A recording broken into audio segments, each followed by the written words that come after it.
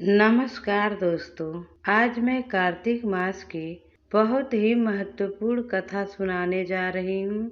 कथा सुनने से पहले हमारे चैनल को सब्सक्राइब करें, वीडियो को लाइक करें, अपने दोस्तों के साथ शेयर करें और कमेंट बॉक्स में जय विष्णु अवश्य लिखें। अब सुनिए यह कहानी। एक समय की बात है।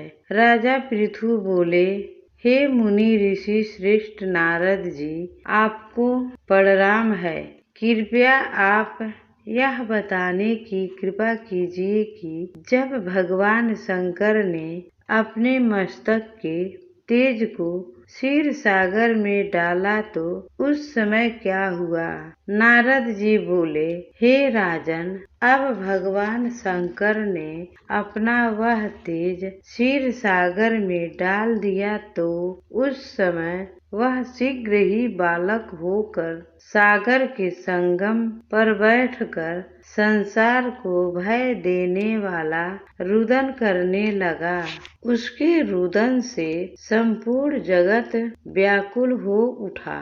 लोकपाल भी व्याकुल हो गए। चराचर चलायमान हो गया। शंकर सुवन के रुदन से संपूर्ण ब्रह्मांड व्याकुल हो गया। यह देखकर सभी देवता और ऋषि मुनि व्याकुल होकर ब्रह्मा जी के शरण में गए और उन्हें प्रणाम कर उनकी स्तुति करने लगे। उन सभी ब्रह्मा जी से कहा, हे ब्रह्मा जी, हे पितामह, यह रोन बहुत ही विकट परिस्थिति उत्पन्न हो गई है। हे महायोगिन, इसको नष्ट कीजिए। देवताओं के मुख से इस प्रकार सुनकर ब्रह्मा जी सत्यलोक से उतरकर उस बालक को देखने के लिए सागर तट पर आए। सागर ने ब्रह्मा जी को आता देखकर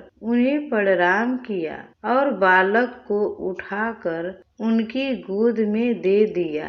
आश्चर्यचकित होते हुए ब्रह्मा जी ने पूछा, हे सागर, यह बालक किसका है? शीघ्रता पूर्वक कहो।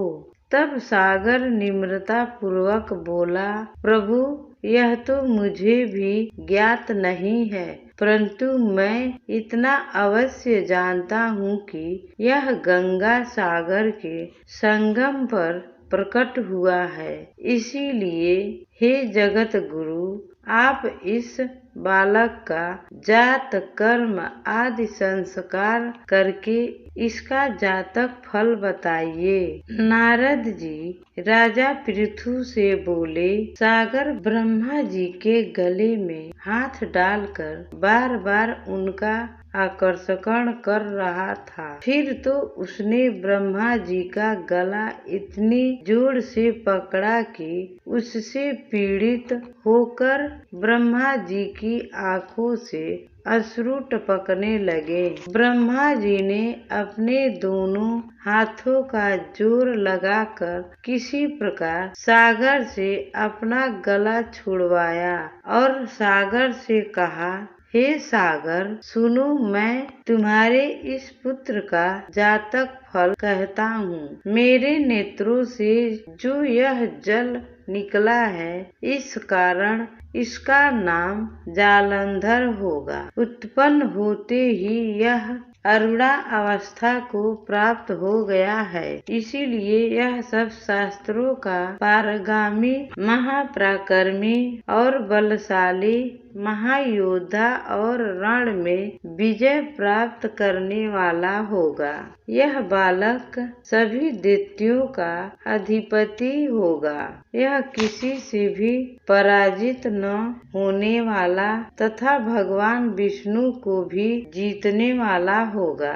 भगवान शंकर को छोड़कर यह सबसे अवध्य होगा। जहाँ से इसकी उत्पत्ति हुई है यह वहीं जाएगा। इसकी पत्नी बड़ी पतिव्रता, सौभाग्यशालिनी, सर्व सुंदरी, परम मनोहर, मधुर वाणी बोलने वाली तथा शीलवान होगी। सागर से इस प्रकार कहकर ब्रह्मा जी ने शुक्राचार्य को बुलवाया और उनके हाथों से बालक का राज अभिषेक करवाया। स्वयं अंतर्ध्यान हो गए। बालक को देखकर सागर की प्रसन्नता की सीमा न रही। वह हर्षित मन से घर आ गया। फिर सागर में उस बालक का लालन पालन कर उसे पुष्ट किया। फिर कालनेमी नामक असुर को बुलाकर बिंदा नामक कन्या से विधि